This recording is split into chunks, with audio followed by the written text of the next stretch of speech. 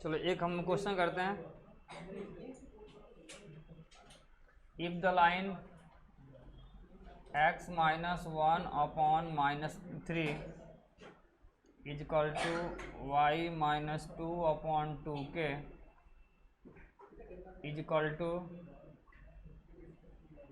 z minus 3/2 and x minus 1/3k y minus 5/1 is equal to z minus 6/-3 are at a right angle, then find। कल हम बताया था ना इसका concept. हाँ जी, बताया था कल इसका कंसेप्ट कि जब दो लाइन के बीच का एंगल 90 डिग्री हो तो कंसेप्ट क्या था, याद है? भूल गए हो तुम लोग। क्या जीरो था? किसका? हाँ ठीक है, जो उसका डी आर होता है, डायरेक्शन रेशियो, यही होता है ना। 3 आपका इसका बेस ऑप्शन में था -10 और 10/7 -10/7 और -7/10। तो कल हम बताया था ना कि जब तुम्हारे पास दो लाइन आपस में परपेंडिकुलर हो, यही था ना, x minus x1/a1 y minus y1 is equal to z minus z1/c1, और एक line x minus x2/a2 y minus y2/b2 और z माइनस z1/c2। ठीक है, दोनों लाइन के बीच का एंगल हम क्या निकाले थे?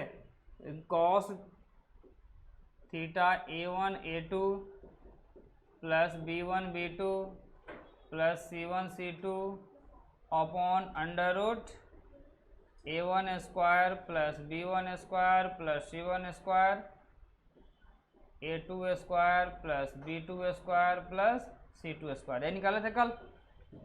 ठीक है, अब जब एंगल तुम्हारे पास 90 डिग्री हो तो cos 90 0 और 0 इंटू ये समथिंग 0। तो कल क्या बताए थे कि a1 a2 plus b1 b2 plus c1 c2 को क्या कर देना, जब भी दो लाइन आपस में परपेंडिकुलर हो तो इनका जो dr है, ठीक है, इसके प्रोडक्ट का सम 0 कर देना। ठीक है, तो यहाँ पे 3 यानी -3 इंटू 3k हो जाएगा -9k प्लस 2k और माइनस तो -7k, तो k की वैल्यू -10/7। क्लियर? चाहो तो नोट कर लो। तो इस टाइप से एक क्वेश्चन पूछा जाता है।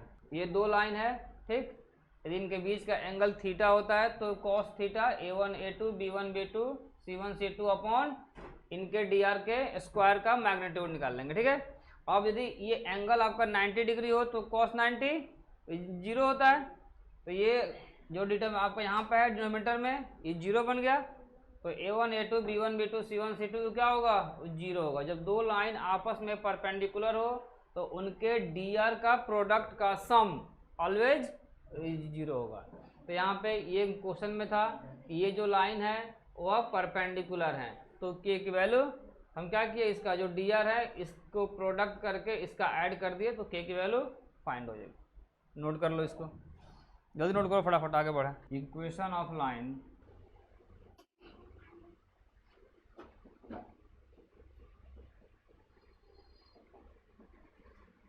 पासिंग थ्रू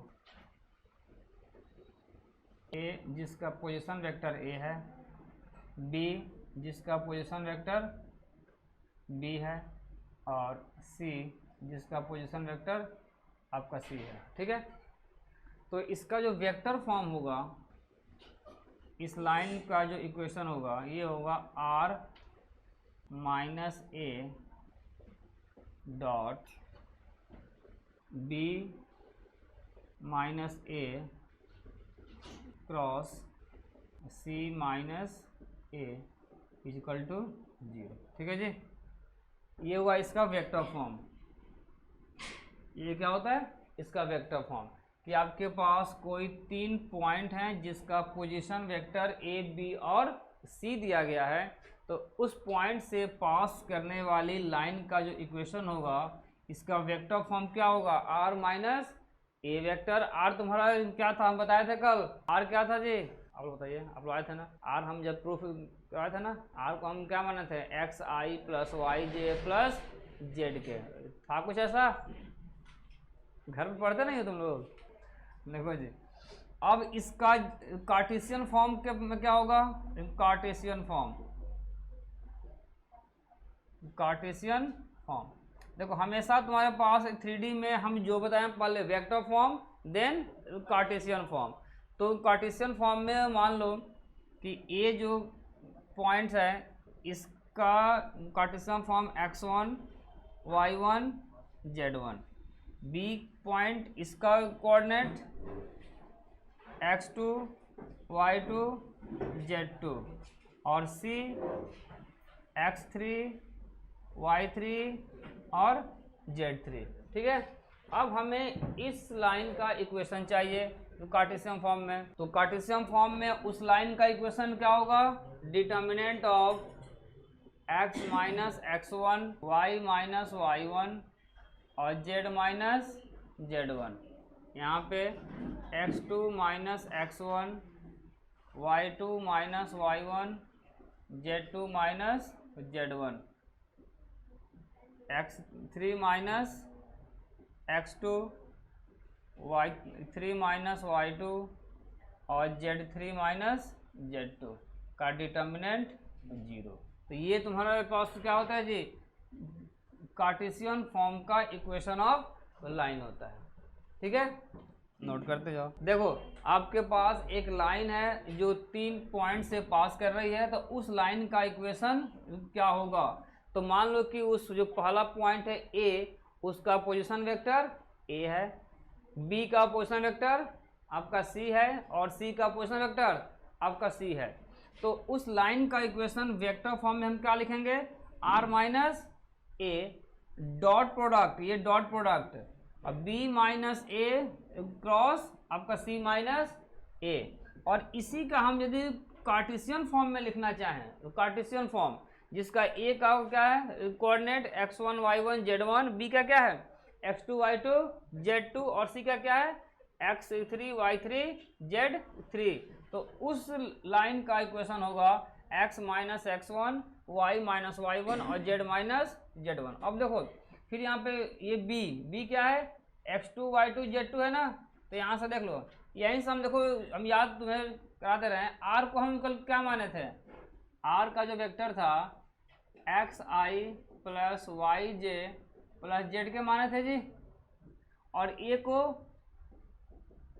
x1 आई y1 जे z1 के, और बी वेक्टर तुम्हारा क्या हो जाएगा? x2 आई y2 जे प्लस z2 के, और आपका सी वेक्टर x3 आई प्लस y3 जे प्लस z3 के। तो यहाँ से r माइनस ए यानी r क्या है? ये तो x minus x1 y minus y1 z minus z1 आ गया। और क्या है? b माइनस a, तो x2 minus x1 y2 minus y1 z2 minus z1 मिल गया second row.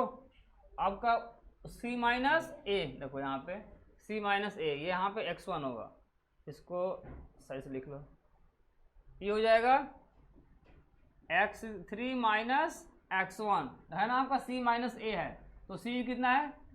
x3 minus x1 y3 minus y1 और z3 minus z1 equal to 0। तो ये हुआ उस लाइन के इक्वेशन का कार्टेशियन फॉर्म, और ये उसका कौन सा फॉर्म है?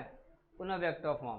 तो यदि तुम्हें वेक्टर फॉर्म लिखने के लिए आ जाए तो इसका यूज हम करेंगे, और यदि कार्टेशियन फॉर्म में आ जाए तो ये निकाल करके उसका डिटर्मिनेंट इक्वल टू। तो देखो अब लाइन बोल दे, चाहे तुम्हारे पास मान लो कि यहाँ पे प्लेन भी बोल सकता है, ठीक है ना, क्योंकि एक प्लेन हमेशा 3 पॉइंट से पास करता है, ठीक है ना। तो आपका लाइन या प्लेन यदि कोई भी आ जाए जिसमें 3 वेक्टर दिया गया हो तो हम इसको फॉलो कर सकते हैं, ठीक है ना। तो मान लो कि तुमसे बोल दे कि इक्वेशन ऑफ हमें प्लेन बताओ जो 3 पॉइंट से पास कर रहा है, ये लिख देना, उसका कार्टेशियन फॉर्म ये लिख देना। क्लियर। तो हम लाइन ऑफ प्लेन को, ठीक है, दोनों को हम एक साथ पढ़ लेते हैं, इजी रहेगा। अब मान लो कि हम बात करें कि जो तुम्हारे पास प्लेन पे यदि तीनों पॉइंट कोलिनियर हो जाए, प्लेन पे तीनों पॉइंट्स कोलिनियर हो जाए तो उसका कंडीशन क्या होगा। मान लो कि प्लेन पे पॉइंट दिया गया हो ए बी और सी, अब बोल दीजिए कोलिनियर है, तो ए का हम मान लें coordinate x1 y1 z1, B का हम मान लेते हैं कोऑर्डिनेट x2 y2 z2, सी का हम मान लिए x3 y3 और z3, ठीक है जी। अब कह रहा है कि तीनों पॉइंट आपका सेम प्लेन पे है, ठीक, और ये तीनों क्या हैं, कोलिनियर हैं, तो इसका कंडीशन क्या होगा, कुछ मत करना, सिंपल डिटर्मिनेंट लेकर के 0 कर देना, ठीक है ना। तो यहाँ पे इसका डिटर्मिनेंट वैल्यू निकाल देना, x1 y1 z1, x2 y2 z2, x3 y3 z3 equal to 0, ठीक है जी। तो एक प्लेन पे हमें 3 पॉइंट दिया गया हो और तीनों पॉइंट्स कोलिनियर हैं, तो क्या उसका डिटर्मिनेंट वैल्यू 0 बना देना। क्लियर, नोट कर लो। देखो लगा दो आइडेंटिटी में, यही ना, ये x1 y1 z1, x2 y2 z2 और x3 y3 z3, ठीक है। तो determinant of x minus x1 y minus y1 और z माइनस z1 0,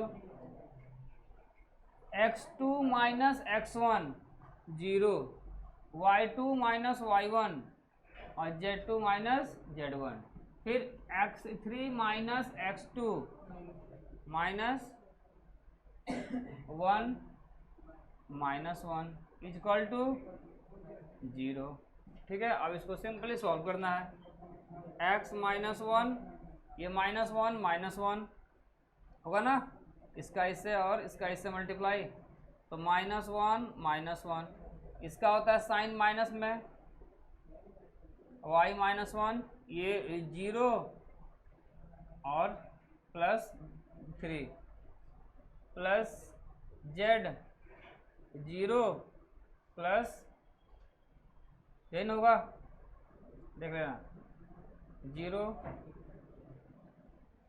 और यहाँ पे इक्वल टू 0, ये कितना होगा -2x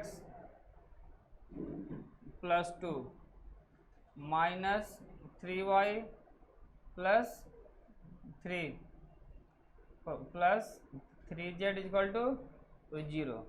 तो यहाँ से ये क्या हुआ, 2 और 3 5 यानी 5 रहा, इसी साइड और को भेज दो राइट हैंड साइड में, तो 2x plus -3z, option D is the correct answer, ठीक है। आया समझ में। तो आइडेंटिटी अच्छे से याद कर लो, अब वही बस आपको पुट करना है, और ज़्यादा बहुत हाई फाई क्वेश्चन नहीं आते हैं, सिंपल आइडेंटिटी बेस्ड आपका क्वेश्चन होगा, ठीक है ना। चलो नेक्स्ट बनते, अब चलते हैं, अब बात कर लेते हैं इसके बीच के एंगल का, angle between two plane, angle between two plane. अब देखो, अब मान लो कि तुम्हारे पास इसका, पहले बात करते हैं वेक्टर फॉर्म। देखो वेक्टर इक्वेशन इसका क्या होता है, r dot n1 equal to d1, और सेकंड का है, ये देखो पहला प्लेन का इक्वेशन है जी, ये p1 का है और यहाँ पे ले लेते हैं P2 का vector form R dot N2 equal to D2। ये मेरे पास होता है वेक्टर इक्वेशन ऑफ, क्या बोलते हैं इसको, प्लेन, यानी ये पहले प्लेन का इक्वेशन है वेक्टर फॉर्म में और ये आपका सेकंड है। अब मान लेते हैं कि इसके बीच का एंगल थीटा है, theta be the angle between them, angle, तो यहाँ से कॉस थीटा होता है N1 dot N2, N1 dot, N1 क्या है उसका, आपका नॉर्मल वेक्टर है, N1 क्या है उसका नॉर्मल वेक्टर, अपॉन N1 का मैग्नीट्यूड, N2 का मैग्नीट्यूड, ठीक है, और इसका होल मैग्नीट्यूड। ये किसी भी दो प्लेन के बीच का एंगल निकालने का फॉर्मूला होता है जब प्लेन का इक्वेशन वेक्टर फॉर्म में दिया गया हो। क्लियर? तो पहला जो प्लेन का इक्वेशन है ये R dot N1 equal to D1 और R dot N2 equal to D2। N1 क्या है उसका नॉर्मल वेक्टर है और D1 D2 क्या है ऑरिजिन से उस प्लेन का डिस्टेंस है, ठीक है, ऑरिजिन से उस प्लेन का, तो पहले जो प्लेन है उसका डिस्टेंस D1 है और सेकंड का D2 है, उसके बीच दोनों प्लेन के बीच का एंगल थीटा है, तो कॉस जो थीटा होगा जो नॉर्मल वेक्टर है बस उसी से मतलब है हमें, तो जो दोनों नॉर्मल वेक्टर है उनका डॉट प्रोडक्ट डिवाइड कर देना दोनों के मैग्नीट्यूड के प्रोडक्ट से, ठीक है यहाँ तक। तो यदि वेक्टर फॉर्म में कोई प्लेन दिया गया हो तो हमें उसके बीच के एंगल निकालने का फॉर्मूला ये होता है, वो नोट कर लो। अब बात कर लें, दोनों प्लेन परपेंडिकुलर है तो कंडीशन क्या होगा, दोनों पैरेलल हैं तो कंडीशन क्या होगा। अब देखो, अब मान लो कि दोनों प्लेन आपस में परपेंडिकुलर हो तो थीटा इक्वल टू 90 डिग्री। जब यहाँ पे plane P1 is perpendicular to P2 तो थीटा इक्वल टू 90 डिग्री, तो cos 90 zero, zero into something, तो N1 dot N2 equal to, याद रखना ठीक है जी, कि जब आपके पास दो प्लेन दिया गया हो, ठीक है, और दोनों प्लेन जब आपस में परपेंडिकुलर हो तो इनके जो नॉर्मल वेक्टर हैं उनका डॉट प्रोडक्ट जीरो होगा। क्लियर? आगे समझ में। और यदि दोनों प्लेन पैरेलल हो, P1 is parallel to P2, तो इनका डॉट नहीं, इनका क्रॉस प्रोडक्ट जीरो होगा। जैसे था ना क्रॉस वेक्टर में A cross B equal to zero, ठीक है, तो यहाँ पे जब दोनों प्लेन पैरेलल हो तो उनके नॉर्मल वेक्टर का जो क्रॉस प्रोडक्ट होगा वह जीरो होगा। ठीक है, कोई डाउट यहाँ तक? अब इसका बात कर लेते हैं कार्टेशियन फॉर्म, यानी ये रहा उसका वेक्टर फॉर्म। अब बात कर लेते हैं कार्टेशियन फॉर्म में जब प्लेन दिया गया हो तो। अब इसका देख लो कार्टेशियन फॉर्म। कार्टेशियन फॉर्म देखो, प्लेन का मान लो इक्वेशन हो, पहला इक्वेशन प्लेन का a1x b1y c1z equal to d1। Second जो आपका प्लेन है a2x b2y c2z equal to d2। ठीक है, और ABC क्या है? ABC क्या है? ABC हम पढ़ते आ रहे हैं, DR डायरेक्शन रेशियो पढ़ते आ रहे हैं ना, LMN डायरेक्शन कोसाइन होता था और ABC रेशियो होता है। ठीक है, तो यहाँ पे A1 B1 C1 क्या है? पहले वाले का आपका DR है और A2 B2 C2 सेकेंड वाले का आपका DR है। तो याद रखना, देखो जब भी 3D में small a small b small c दिख जाए तो उसे क्या मानना है? Direction ratio. और LMN दिख जाए तो, जैसे हम लोग आपका मैट्रिक्स पढ़ते हैं तो मैट्रिक्स में कहीं भी दिखता था कैपिटल आई तो क्या मानते थे ना यूनिट मैट्रिक्स या आइडेंटिटी मैट्रिक्स। तो वही हाल यहाँ पे है, ठीक है ना। जब भी 3D हम पढ़ते हो जहाँ पे दिख गया ABC तो DR मान लें, जब तक उसके बारे में कुछ ना लिखा हो ये कांस्टेंट है क्या है, तब तक तुम्हें उसको DR यानी डायरेक्शन रेशियो मान करके ही चलना है, ठीक है। तो यहाँ पे पहले प्लेन का ये क्या है, A1 B1 C1 आपका DR है, A2 B2 C2 आपका DR है, और D1 D2 उसका कांस्टेंट वैल्यू है, ठीक है, वो ध्यान देना। अब इसके बीच का एंगल मान लो कि थीटा है, इसके बीच का एंगल थीटा है, तो दोनों प्लेन के बीच का angle cos theta A1 A2, वही सेम वाला identity A1 A2 B1 B2 C1 C2 upon A1 का square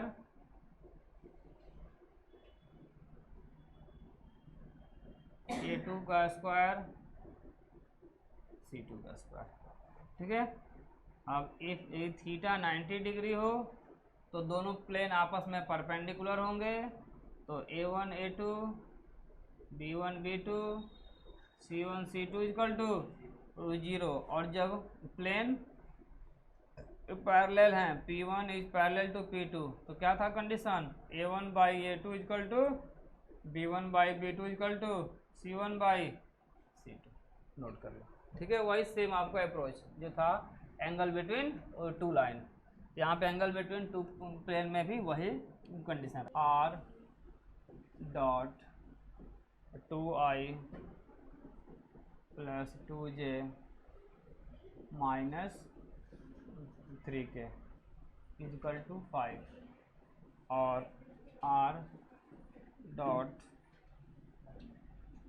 3I minus 3J plus 5K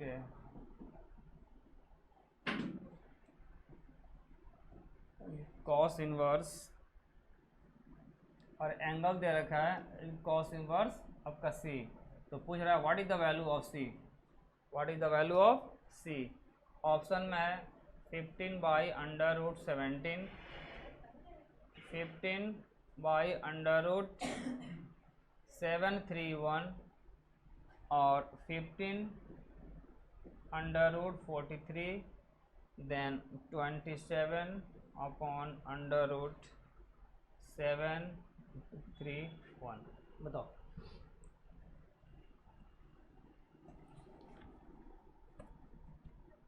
आपके पास ये दो प्लेन का इक्वेशन दे रखा है, ठीक है ना, ये दो प्लेन का इक्वेशन है, ठीक है, और ये वेक्टर फॉर्म में है, इसके बीच का एंगल थीटा कॉस इनवर्स आपका C दिया गया है, तो C की वैल्यू क्या होगी। आसान सा क्वेश्चन है, बहुत प्यारा क्वेश्चन है, बिल्कुल इजी क्वेश्चन। आइडेंटिटी लगाओ, सॉल्व करो, आंसर बता दो। अगला क्वेश्चन है कि the equation of plane passing through the point passing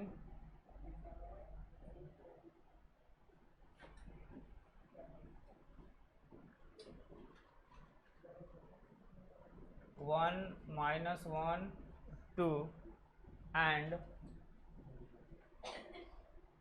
is perpendicular to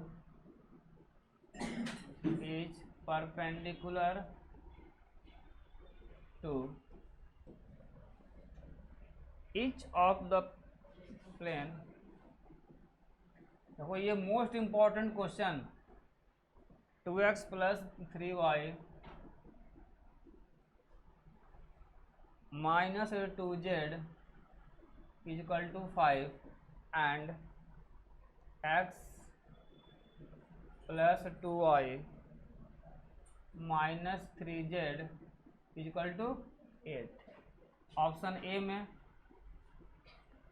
5x minus 4y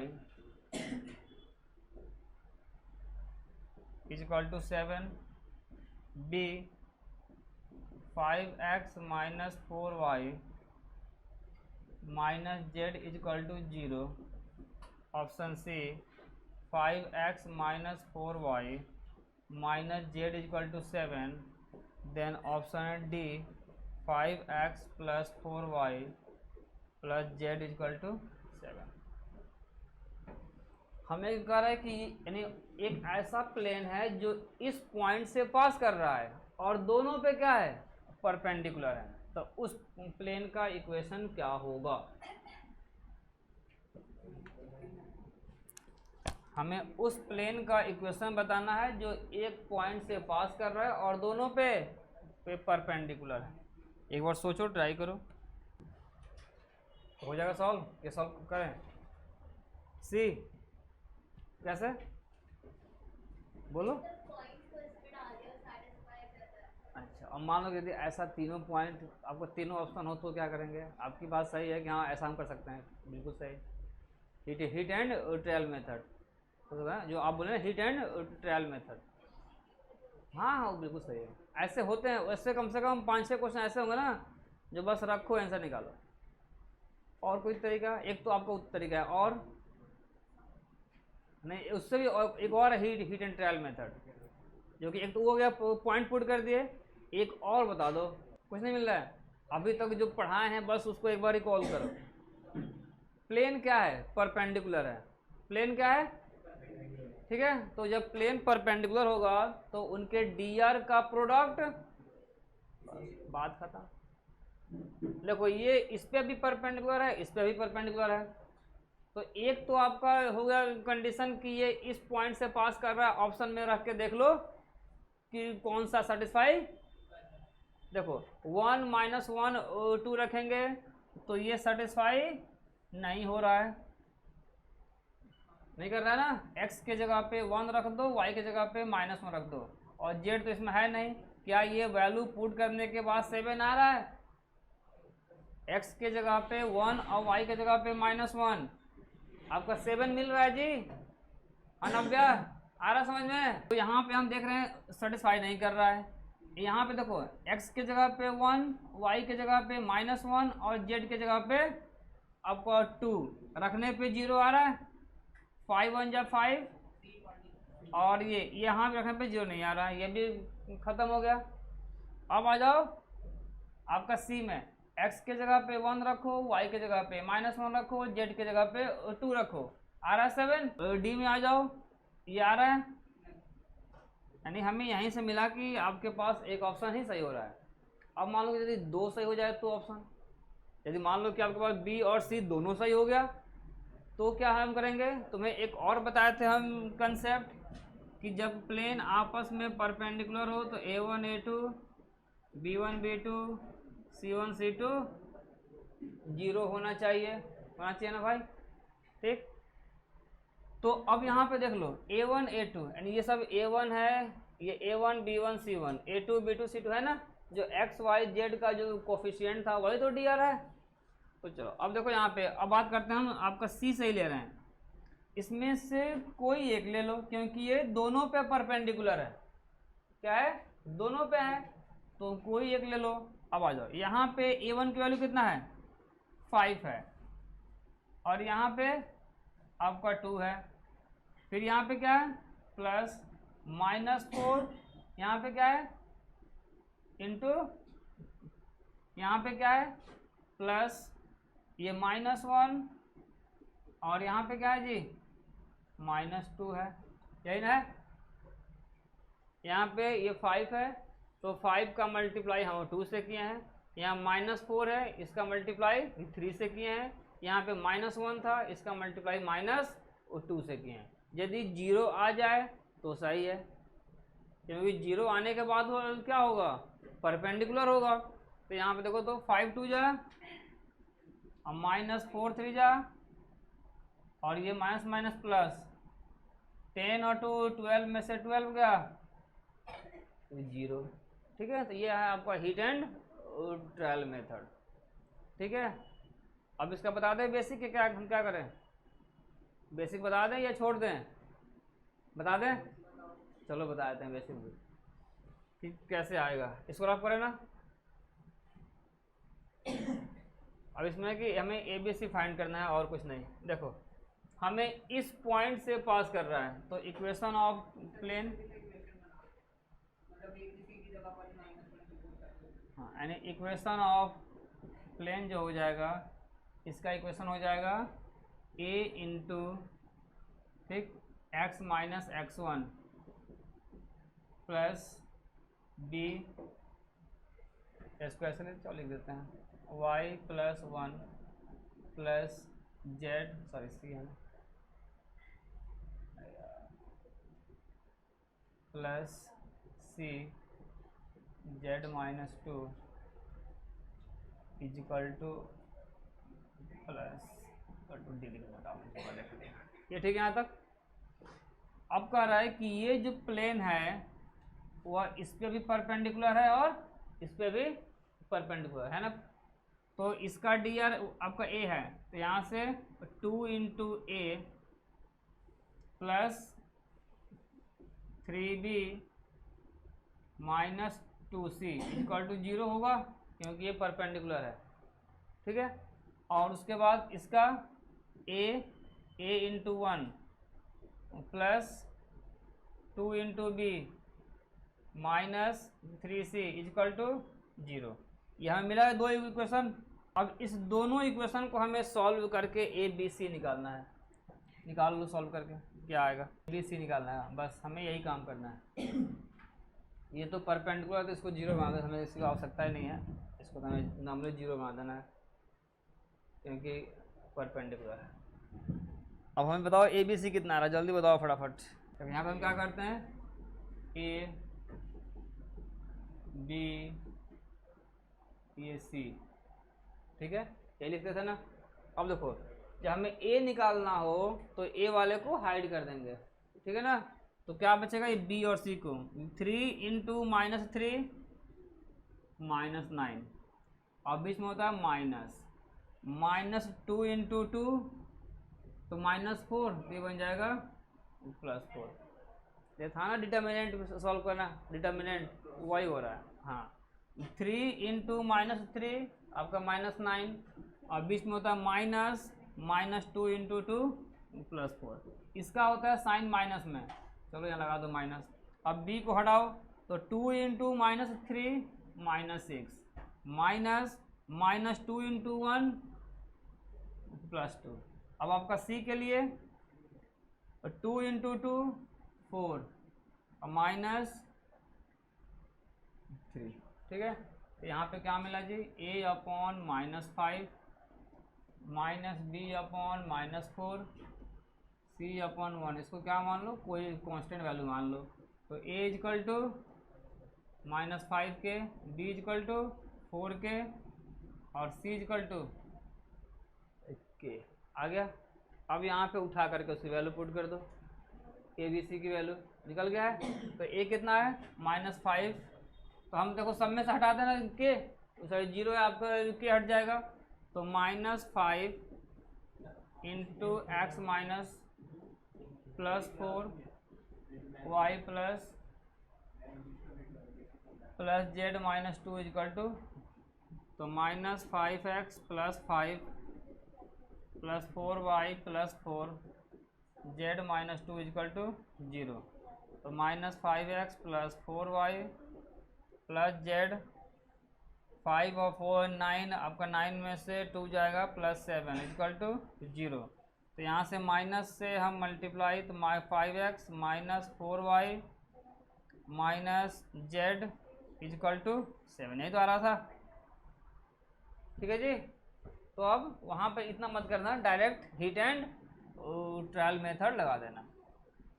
clear यहाँ तक, ये भी सीख लिए तो सीख लो, ये भी तुम्हें सिखा दिए क्रॉस मल्टीप्लिकेशन मेथड कैसे सॉल्व करते हैं, ठीक। कुछ नहीं करना, a अपॉन, हाँ अच्छा, a into x minus x1 वाला वही था ना इक्वेशन। देखो तो यहाँ पे इक्वेशन में क्या था कि a into x minus x1 b into y minus y1 plus c into z minus 3 is equal to 0, ठीक है। अब ये जो आपका प्लेन है इस पे भी और दोनों पे परपेंडिकुलर है, तो यहाँ से 2a और -b plus 3c equal to 0, और यहाँ पे a प्लस 2b और -c इक्वल टू 0, यही तो रहा। अब यहाँ से a b क्या होता है साइन माइनस में -b c, a निकालने के लिए ये देखो -1 इंटू -1 1, -3 2 जा 6, b निकालने 0 और 1। आवाज आ रही है नव्या? आवाज आ रही है। 1 3/2 और ये 2, ठीक है जी। अब यहाँ पे है कि ये हमें एक प्लेन का इक्वेशन है और इस पॉइंट से हमें उसकी शॉर्टेस्ट डिस्टेंस चाहिए, तो शॉर्टेस्ट डिस्टेंस फाइंड करने का फॉर्मूला ये होता है, ये प्लेन का इक्वेशन है और ये तुम्हारा पॉइंट है, तो यहाँ से हमें जो परपेंडिकुलर डिस्टेंस होगा वही क्या होगा, उसकी शॉर्टेस्ट डिस्टेंस होगी, और उसको निकालने के लिए आइडेंटिटी ये होता है। अब बता दो उसकी वैल्यू क्या होगी। ऑप्शन में है √2, √3, √5, √6, √2, √3, √5, √6, ये ऑप्शन दिया गया जी। इसको लॉक कर दें, √6 लॉक कर दे भाई। हाँ क्यों, क्या कहना, वैल्यू पुट करो यार, जहाँ x है वहाँ 1 रखो, जहाँ y है वहाँ पे 3/2 रखो, जहाँ z है वहाँ पे 2 रखो, +5, इसमें कौन सी बड़ी बात है, बस उस वैल्यू पुट कर देना है। 2 1 जा 2 और -2 into 3/2 plus 8 plus 5 upon square root of 2 का स्क्वायर 4 माइनस 2 का स्क्वायर 4 और इस 4 का स्क्वायर 16 का मैग्नीट्यूड, 2 से 2 कट गया, कितना हुआ जी, 8 और 5 13 और 2 15, 15 में से 3 जाएगा और ये कितना हुआ,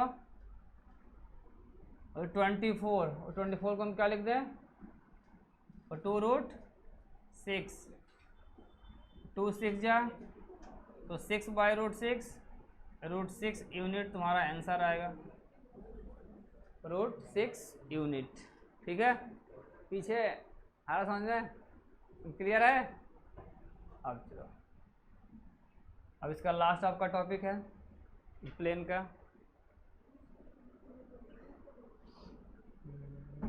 नोट कर लो। कुछ आ रहा है समझ में, प्लेन नहीं आ रहा है, आसान है ना, प्लेन और आसान है, आपका लाइन से आसान है।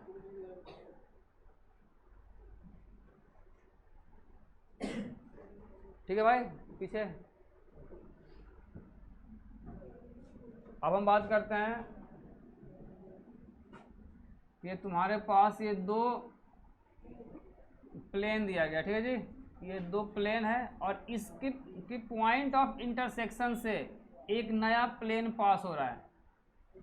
देखो ये प्लेन आपका P1 है, ये प्लेन P2 है, तो एक नया जो प्लेन जा रहा है ये दोनों के पॉइंट ऑफ इंटरसेक्शन से पास कर रहा है। ठीक है, तो पूछ रहा है कि इस प्लेन का इक्वेशन बताओ, यानी यहाँ पे जो टॉपिक है कि equation of passing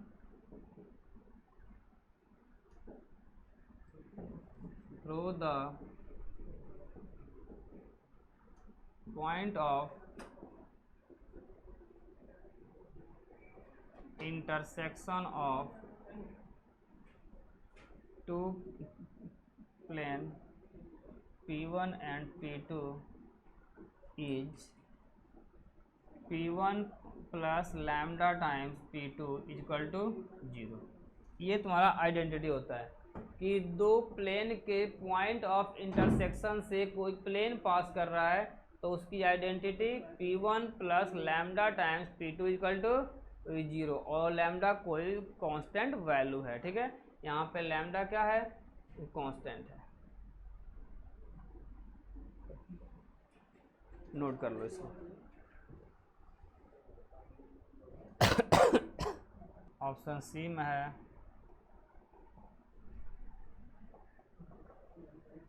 then option D में है। हाँ जी, अब यहाँ पे आपका ये बताना है कि ये वह एक ऐसा प्लेन है जो ये दोनों के पॉइंट ऑफ इंटरसेक्शन से पास कर रहा है, ठीक है, और वह एक्स एक्सिस के पैरेलल भी है।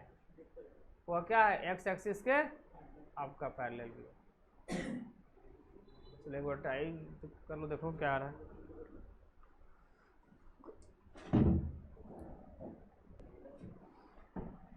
देखो जी, यहाँ पे वही सेम कंसेप्ट कि P1 plus lambda times P2 equal to 0। तो ये तुम्हारे पास प्लेन पहला वाला है, यानी x plus y plus Z minus 1 plus lambda times 2x plus minus z plus 4 equal to 0, ठीक है ना यहाँ तक। अब इसको सेट कर, यहाँ देखो, तो ये x वाला कोफिशिएंट रख दो एक साथ, तो 1 प्लस 2 लैम्डा x, और यहाँ पे क्या होगा 1 प्लस 3 लैम्डा y, और यहाँ से हो जाएगा प्लस 1 माइनस लैम्डा z और plus 4 lambda minus 1 equal to 0। ये ठीक है यहाँ तक, कोई डाउट किसी को? अब ये क्या बोल रहा है, अब हमें आपका लैम्डा चाहिए, तो देखो एक और कंडीशन दिया गया है कि प्लेन क्या है भाई, कि पैरेलल टू, तो कोई भी लाइन एक्स एक्सिस के पैरेलल हो तो उसका एक्स कोऑर्डिनेट क्या होता है, 0 होता है, क्योंकि एक्स पे तो इंटरसेक्ट कर ही नहीं रही है, तो एक्स आपका 0 होगा। देखो ऑप्शन में भी कहीं एक्स नहीं दिया है, वो भी बहुत तेज है, ऑप्शन में एक्स है ही नहीं।